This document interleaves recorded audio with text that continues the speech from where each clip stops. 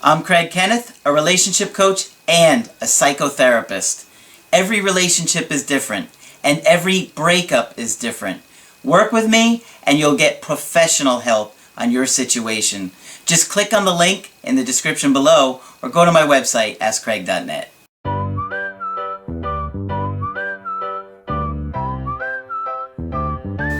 Hi there, I'm Coach Kenneth.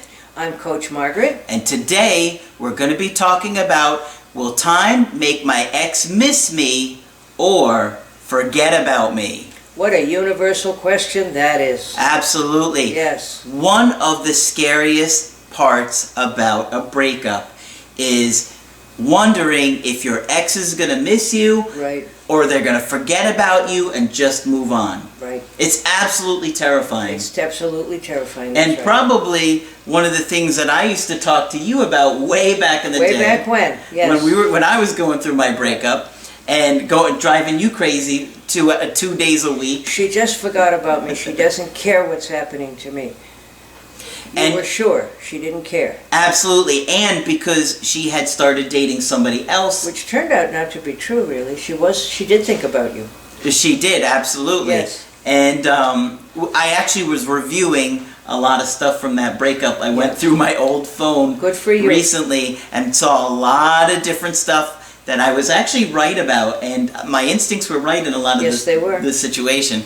But she did wind up missing me. Yes, she did, and she had the grace to say that. Absolutely. But that was when I didn't understand attracting somebody and what to do during a breakup, and so I made a lot of mistakes. Yeah. And that's when I wound up crying at Applebee's. Yes, I remember that. It was a very sad scene for us all. Yes. It was awful. I didn't want to order for hours. So, it's terrifying. Yes, it is. To stop reaching out to somebody when they've broken up with you. Every instinct in you is to call them, chase them, tell them that you love them. And that you need them, which would be the most honest. Yeah, the grand gesture, right. The handwritten letter. Yeah. People tell you Many people advise that. Wait 30 days and then do a handwritten letter. Nobody'd ever be with me if they tried to read my handwritten letter. It's sad. So we wanted to talk about this today because I got an email and somebody, let's share this. Let's share the email. It says, hey Craig, I'm a huge fan of your channel. I have to admit I am absolutely devastated over my recent breakup. Very common. Very common. I have a question for you that I was hoping you could discuss in a video. I have recently started no contact with an ex. Will time make them miss me, or will they just forget about me? I'm really scared that if I go no contact, my ex will just move on and forget about me. Oh, yeah. It is scary. He's really scared, yes. It is scary. And one of the most primal of human feelings is terror of being abandoned. And it goes back to the day we were born, okay? If mother disappears, we're afraid we're going to die because who will feed us? That's right. That's right. And as Craig points out, we don't even have claws to defend ourselves. Nope. So that profound feeling comes back to us and we're just panicked. That's right. Primal panic. Primal panic. Where we feel like we are going to die without that person. And people say that, and they mean it. Oh, absolutely. There is no pain that I've ever experienced like the pain I've gone through during a breakup. Yes. I mean, I've lost my mom, and while that was extremely painful, it was so much worse with my breakup. I mean, I was having night sweats. Yes, I was waking up every morning, the diarrhea. Yeah. I think it was like 6 o'clock in the morning, But maybe even earlier. it's not unusual to even get physical symptoms. That's how profoundly painful this is. It's very common because your body releases stress hormones. Right. You will literally feel physical pain in your body. Yes. Where to the point where it causes your body to almost obsess constantly over reuniting with your ex, because it's like your body's saying, reconnect or we're gonna die, reconnect with this person or we're gonna die. And I think that some of the stress hormones are designed to give you the energy to chase her through the woods. Quite possibly. Yes. It's terrible, and if you're watching this, know that you're not going crazy, and there isn't anything wrong with you if this is how you feel around a breakup. Yep, it's exactly the way we're designed to Yes. be, to connect with the people that we love, to keep us safe. Yes, indeed. So, you taught me many, many moons ago that all anxiety... Is separation anxiety. Let's talk about that so they understand that. Okay. We have anxiety categorized into, 10 or 12 different flavors as a field. And yet underneath it all, if you look at them closely, it's all separation anxiety. That is our biggest fear as human beings. Because of the way the human condition is, we lose people in our lives through deaths, through breakups, through physical, you live there, I live here. Mm-hmm. There are all sorts of losses in this world. Yeah. And loss is not something we do well with. And grieving is not something we do well with, even now as a society. Mm-hmm. The first thing to look at if you're feeling especially anxious is, are you losing someone? Are you in fear of losing someone? Or is it the anniversary of losing someone? Yep, absolutely. Anniversaries of deaths come back to us annually like clockwork. Yep. And it's important to know what's happening. Again, so that you don't think you're crazy or going crazy. You're not. No, of course not. And, the idea that if somebody stops talking to you, you stop talking to them, that they're going to forget about you. It's like this primal fear. Yes. Because if they forget about me, they won't come back and get me. Exactly. It's like Yeah. if you're alone in the woods, Right. and you're at a campground. That was my vision, yeah. Alone in the woods, yes. And they disappear, or they forget about me, I'm here to die. I'm here to die. Right. And I thought you might be able to share some good insights about anxiety, because you have tremendous experience with anxiety. And There's a great deal of anxiety in this world. Most of it, I think, around separation and loss. yeah. And we could save ourselves a lot of trouble to just say that and not dance around with phobias and all that. But anyway, the most requested help in mental health clinics is for anxiety. Mm-hmm. And it can come from a number of different places. But the first place to go to begin to think about that are, what losses have you had in the past? Because they will get... Every loss brings back every other loss. The image that's often used is the paperclip theory. You can't pick up just one paperclip. All the other losses come with it. And again, that's normal. And I remember I had a wonderful supervisor once who said, you'll even remember the day your best friend moved away to go to some other place. Every loss you've had tends to come back. Unbelievable. Yeah. The good news is, when we have a loss, we do our best to grieve in a healthy way, but we never probably quite finish the job. When you have the next loss, you grieve, and then you grieve the first loss you had. Mm-hmm. So, as painful as it is, every time we have a loss, we tend to work through that loss and our other losses. Yeah. That's the only good news about losses. Mm-hmm. But grieving, and we'll talk about that at length one day, grieving is very important to be able to go on with your life. Sure. But is your ex going to think about you? No question. Absolutely. Yeah. And, I remember going through it, feeling like, that's it, this is final, I'll never hear from them again, I'll never see them again. And it simply wasn't the case. It was overwhelming, though. Yeah. Oh, absolutely. Completely overwhelming, to the point where it was very difficult to think about anything else. Right. I mean, I couldn't stop talking about it. I would go for long walks and talk to my friends on the phone. Right. I would journal. I think I was going through my old phone recently, and I saw a thing that said I journal like 30 pages in one day. That's always a good thing to do, however. Yeah. Get your thoughts out on paper. But just being absolutely overwhelmed by physical symptoms. Yes, absolutely. And terror that they're going to forget about me. Right. Chances are they're not. There's a very small category of people who really don't see other people as people, but rather see them as objects to be used and to use to make yourself feel better and that sort of thing. But the average functioning person is going to think about you. And there's a small group of people we call sociopaths who might not, who can just close the door and go on. But that's a very small number of people. So chances are this person is going to think about you. And if you're dating a sociopath, it's probably for the best. Don't reach out. Don't do anything like that. A sociopath is someone who has no conscience.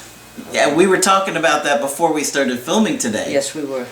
Where you said you've only really known one true sociopath. In my life, and I've worked in the prison and with difficult people for most of my professional life.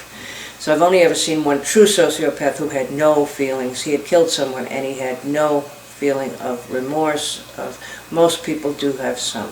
Now, do you think he was born like that, or it was because of what happened to him in his life? Oh no, he had an outrageous abuse history.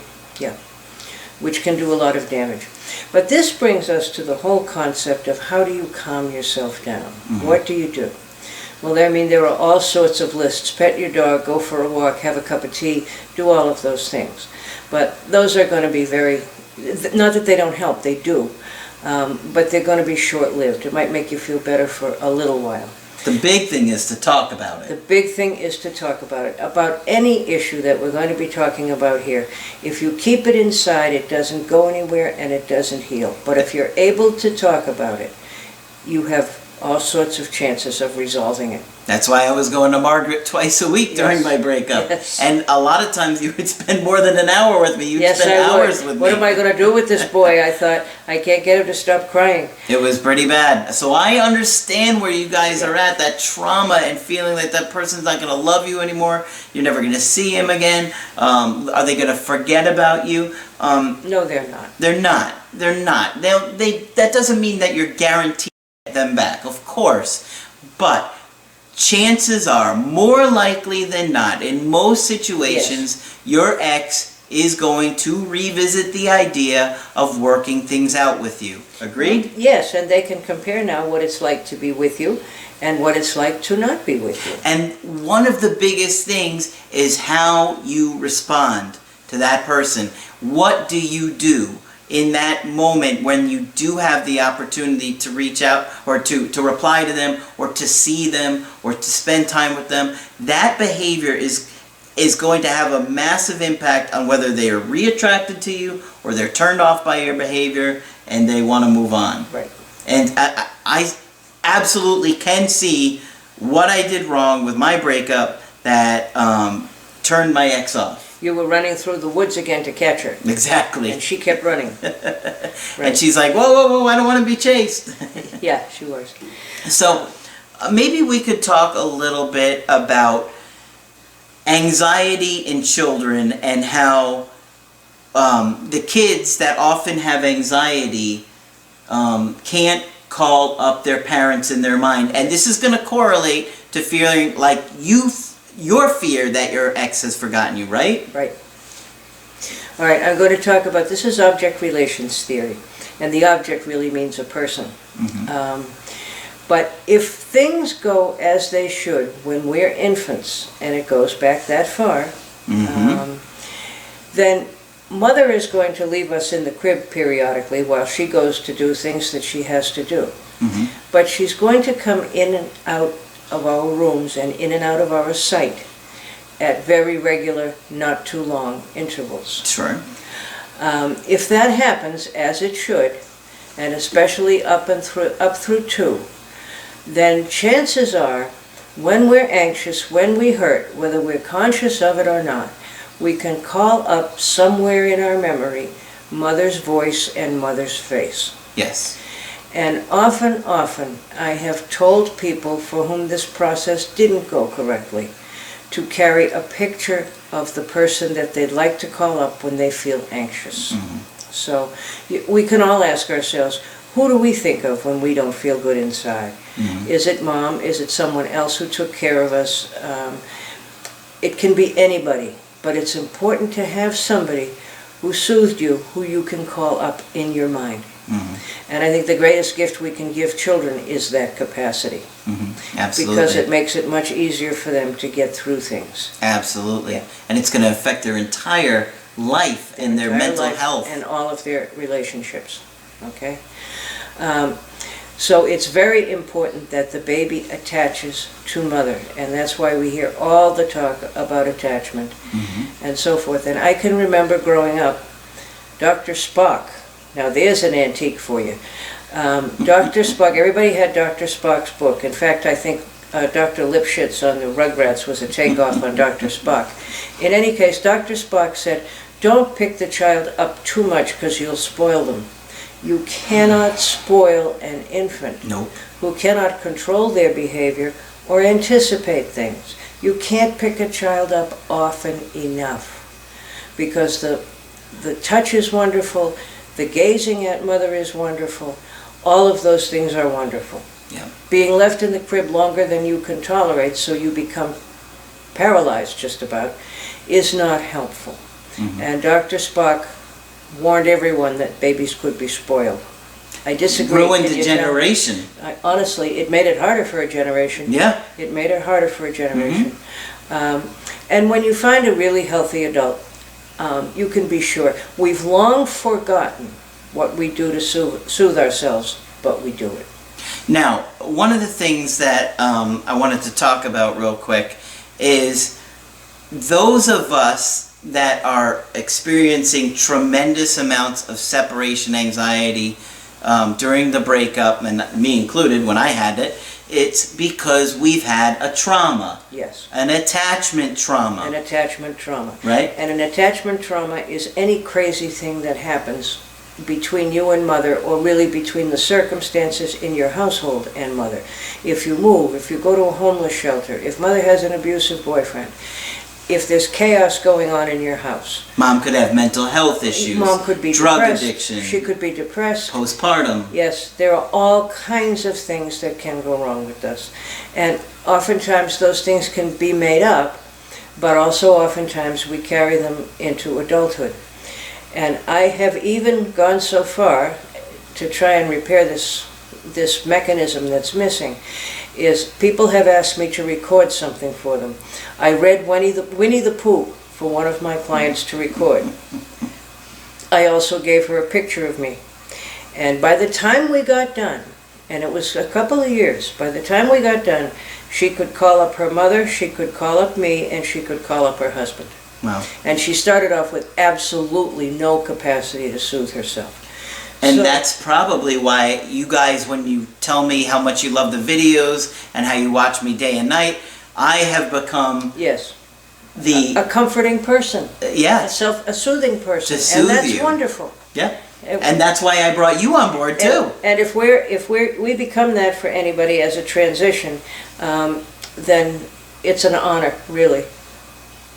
Really. And so that's why I was so adamant about having you on here and Yes. doing Yes. videos with me, because I knew how much you could help everybody understand things on a level that, you know, Yeah. certainly most clinicians couldn't even understand. Right. It took years and years, I can assure you.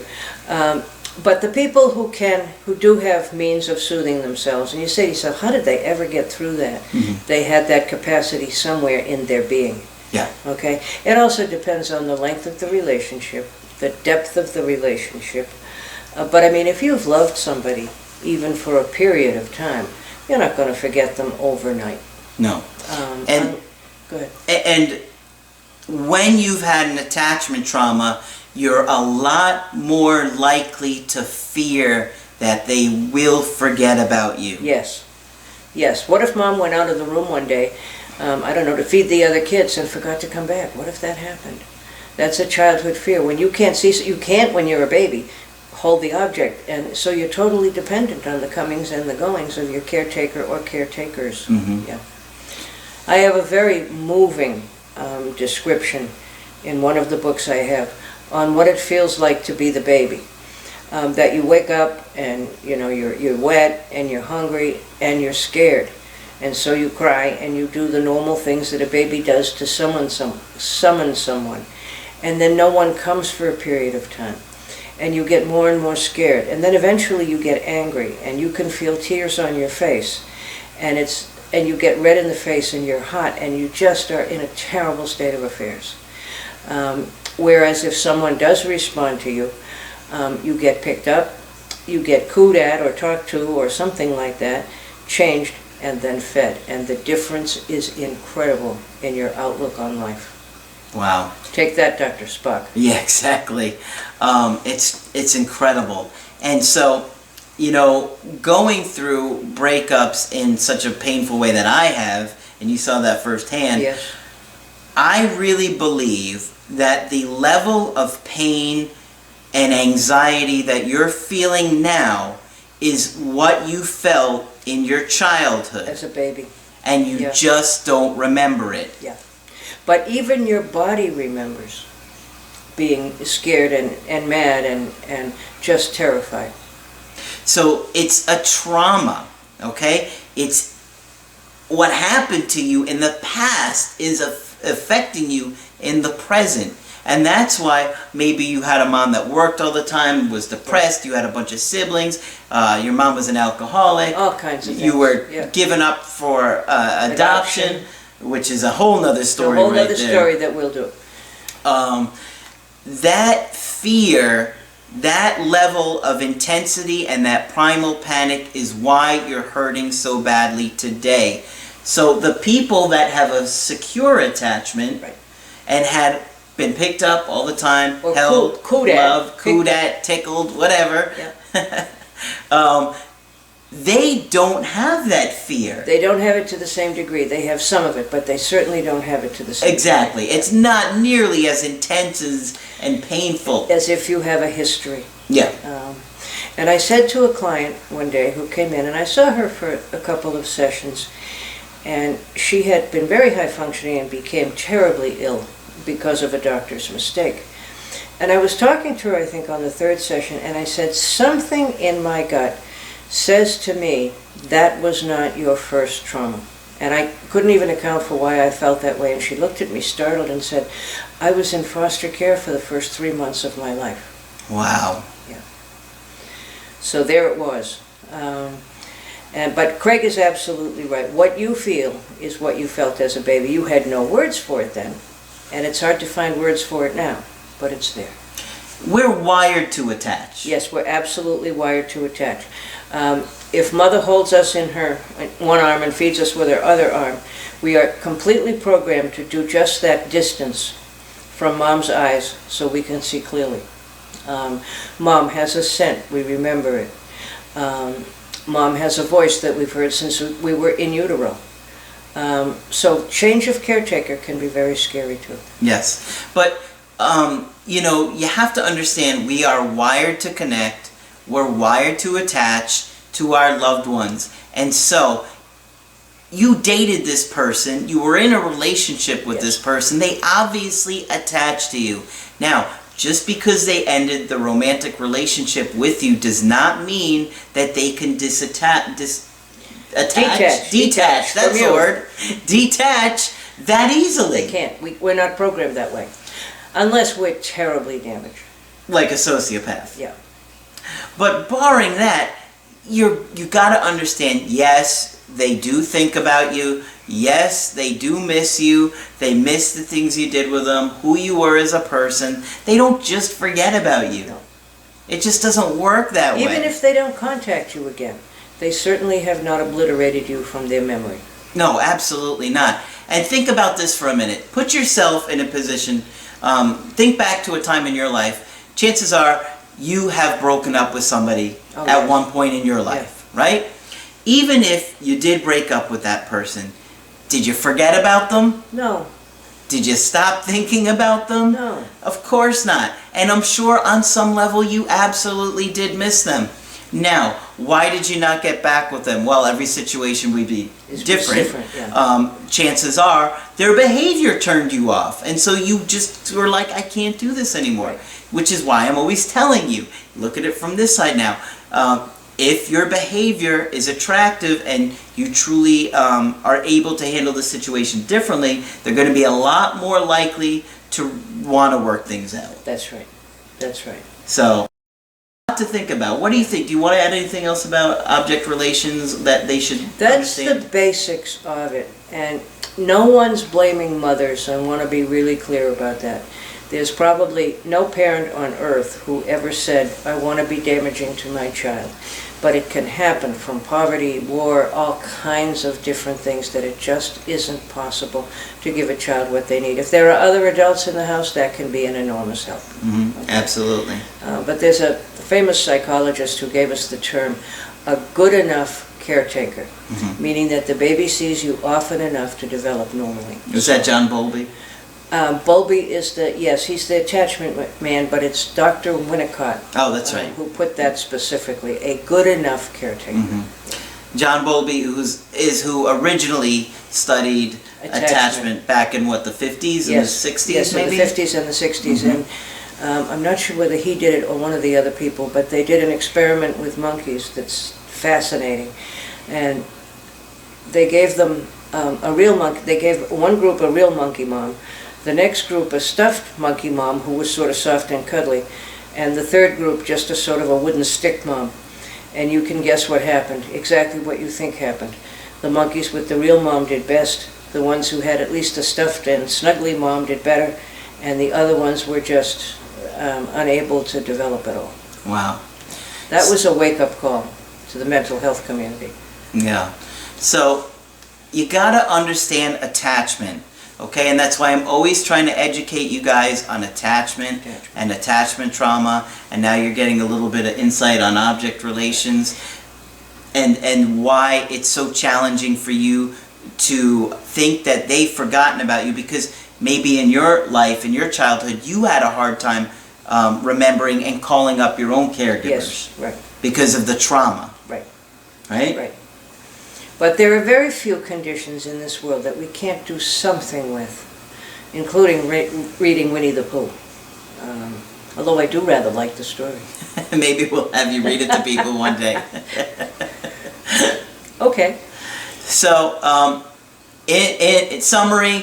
And if you need, just let me interrupt Craig one more time. Okay. If you really feel awful and terrible and scared, lock yourself in a room and hug your teddy bear, pet your dog, do something tactile and snuggly. Whatever works. Whatever works. So, will your ex miss you? Yes. Will they forget you? No. Very unlikely. Very unlikely. Well, will you reunite with them? We don't know that. That's what, But in that black hole period in the beginning of the separation, that's the worst. Right? It is. Yeah. It is absolutely And this terrifying. man knows. Yeah. Every day felt like an eternity. I saw text messages in my old phone that said, I can't believe I haven't talked to her in a week. Oh, yeah. And so, painful. It felt like an absolute eternity. So I know what you guys are going through. I've lived it. Yeah. And that's what has, propelled me to figure out this stuff on the way on the level that I have to help you so you can understand it. By understanding this stuff and being conscious and aware of it, you can help soothe your anxiety as well. And of course, people will say to me, how can anything that happened that long ago affect me now? I used to say that to you. Right. But start to look at yourself and remember what you can and look at the pattern of your relationships, and it will become clear. Absolutely. So that's it for this video. If you want to get my help personally, just go to my website, askcraig.net, sign up for the coaching option that works best for you. I do offer email coaching and Skype coaching, and I do also offer emergency Skype coaching for those of you that need to get with me within 24 hours. But I am Coach Craig Kenneth. And I am Coach Margaret. And we will talk with you soon.